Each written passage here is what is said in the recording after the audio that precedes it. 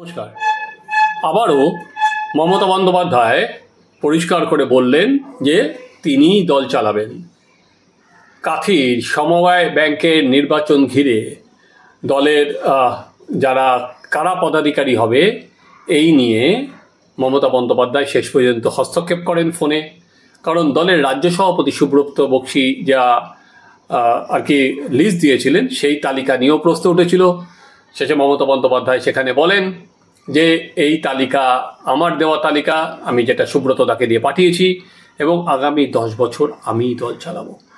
যে দলের প্রতিষ্ঠাতা মমতা বন্দ্যোপাধ্যায় সেই এবং সেখানে দাঁড়িয়ে আমরা যদি গত কয়েক মাসের মধ্যে দেখি মমতা বন্দ্যোপাধ্যায় বারবার করেই যেটা বোঝাচ্ছেন যে দলের আর কোনো ভরকেন্দ্র নেই, তিনি দলের একমাত্র সিদ্ধান্ত নেওয়ার হকদার বা শেষ সিদ্ধান্ত তিনিই নেবেন।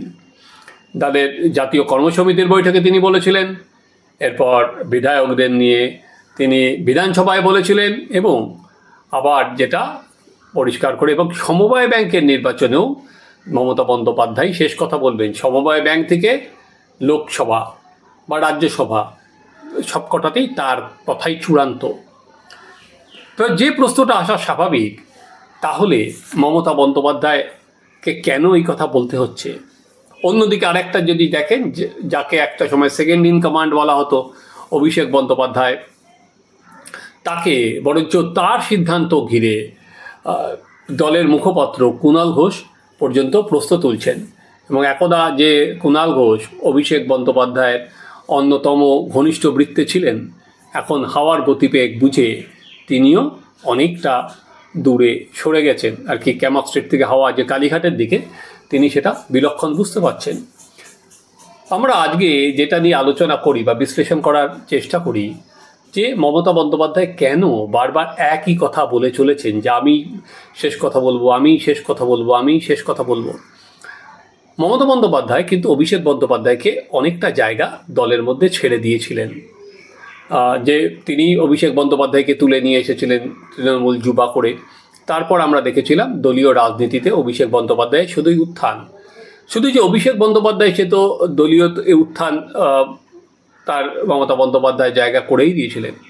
এছাড়াও যেটা চোখের সামনে দেখা যেত না, পাবলিকের সামনে ছিল না, সেটা হচ্ছে শুধুমাত্র সংগঠনের বৃত্তে নয়, প্রশাসন বা পুলিশেও অভিষেক বন্দ্যোপাধ্যায়ের কিন্তু অনেকটা ভূমিকা থাকতো, বিশেষ করে পুলিশে, কারণ সেই ক্ষমতা তাকে মমতা বন্দ্যোপাধ্যায়ই দিয়েছিলেন। তো হঠাৎ আমরা দেখলাম সেখানে একটা ছেদ। অভিষেক বন্দ্যোপাধ্যায়ের রোলটা ঠিক কী সেটা কিন্তু এখনও পর্যন্ত আমাদের কাছে পরিষ্কার নয়। তিনি অনেক বেশি আমরা দেখলাম আবদ্ধ রয়েছেন নিজে ডায়মন্ড হারবার লোকসভা কেন্দ্রে। রাজ্য জুড়ে কোনো পরিকল্পনা বা কিছু সেটা নেওয়া হয়েছে বা অভিষেক বন্দ্যোপাধ্যায়ের সঙ্গে আলোচনা হয়েছে বা উনি সারা রাজ্য জুড়ে ঘুরছেন, এটা বহুদিন ধরেই আর কিছু দেখা যাচ্ছে না। এবং উনি সেপ্টেম্বর মাসে যে পরিবর্তনের তালিকা দিয়েছেন সংগঠনের রদবদলের, সেই সংগঠনের রদবদল হয়তো এবার সংক্রান্তি কেটে গেছে হবে, কিন্তু সেখানে অভিষেক বন্দ্যোপাধ্যায়ের যে নামগুলো দিয়েছেন, কতগুলো নাম সেখানে থাকে ওনার প্রস্তাব মতো, যাদের নাম উনি রেকমেন্ড করেছেন, সেটা কিন্তু খুব গুরুত্বপূর্ণ। কিন্তু মমতা বন্দ্যোপাধ্যায় এই যে ধরুন বারবার করে বলছেন, তাহলে কোনো জায়গায় কি তিনি বুঝছেন দলের অন্দরে অনেকে আছে যারা আর কি তার কথা বা তার নির্দেশ সেটা মানতে প্রস্তুত নন? সেটা কিন্তু বারবার করে, যেহেতু তিনি বারবার করে মেসেজটা দিয়ে যাচ্ছেন যে আমি শেষ কথা, আমি শেষ কথা, তাহলে তিনি কি একটা তার ব্যাক অফ দ্য মাইন্ড কাজ করছে দলে তৃণমূল স্তর থেকে আর একটা কোনো জোরালো মতবাদ বা আর একটা কোনো গোষ্ঠী যারা মাথা চেরা দিয়ে আর কি ওঠার সম্ভাবনা আছে, যেটা ধরা যেতে পারে। আমি যদি ধরুন দলে বিভিন্ন সময় আমরা দেখেছিলাম যে দলীয় সংগঠনে কি হবে বা না হবে সেটা আইপ্যাক ঠিক করে দিত কারা দলীয় সংগঠনে থাকবেন, এবং আইপ্যাকটা নিয়ন্ত্রণ করতেন অভিষেক বন্দ্যোপাধ্যায় ক্যামক স্ট্রিট অফিস থেকেই হতো।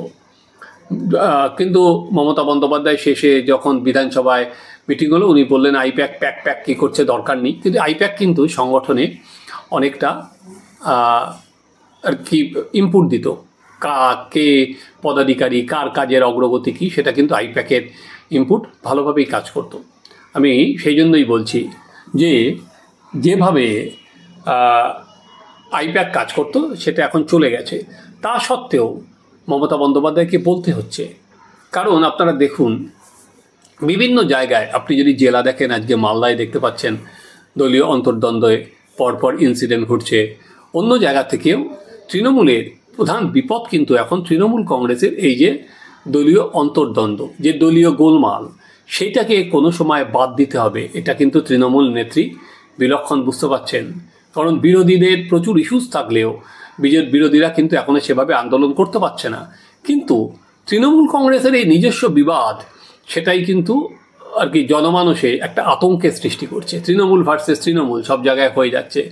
একটা সাধারণ সমবায় ব্যাংকের নির্বাচনকে কেন্দ্র করেও প্রাক্তন মন্ত্রী অখিলগিরি বোম মারার কথা বলছেন। উল্টো দিকে উত্তম বারিকের লোকজন তাকে চোর বলে সবার সামনেই বলছেন।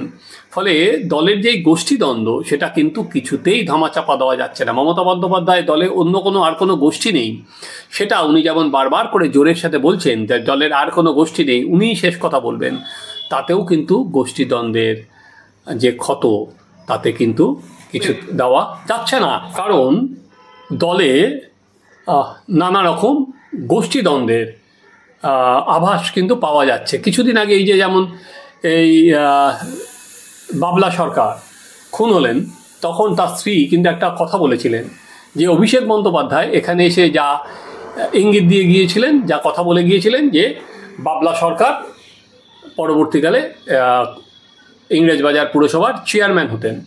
অর্থাৎ অভিষেক বন্দ্যোপাধ্যায়ের কথাকে ধরেই কিন্তু তার স্ত্রী বলেছিলেন। তো মমতা বন্দ্যোপাধ্যায় ফলে এই যে ধরুন যে গ্রুপ, সেটা দেখতে পাচ্ছে যে নানা জায়গায় আর কোনো লবি বা অন্য কারোর কাজ, সেটাই কি উনি ছেড়ে দিতে চাইছেন?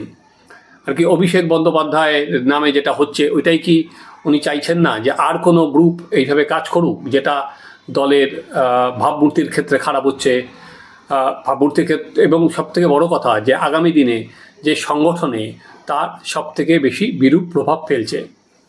ইতিমধ্যেই এই যে বারবার করে মমতা বন্দ্যোপাধ্যায়ের এই কথা বলে যাওয়া যে আমি দল চালাবো, আমি যা শুনছিলাম যে বিভিন্ন জায়গায় যে এই যে গঙ্গাসাগর মেলা উপলক্ষে যে তৃণমূলের যে হোর্ডিং লাগানো হয়েছিল, সেখানে একদিকে মমতা বন্দ্যোপাধ্যায়ের ছবি ছিল, একদিকে অভিষেক বন্দ্যোপাধ্যায়ের ছবি ছিল। তো বিভিন্ন জায়গায় যে কলকাতা পুরসভার বিভিন্ন ওয়ার্ডে অনেক কাউন্সিলর সেই কিন্তু আর কি হোর্ডিংগুলো পর্যন্ত সরিয়ে নিয়েছেন। গতকাল যে হোর্ডিংগুলো ছিল, আজকে বেহালারই কিছু অঞ্চলে কিন্তু সেই হোর্ডিং দেখা পর্যন্ত যাচ্ছে না।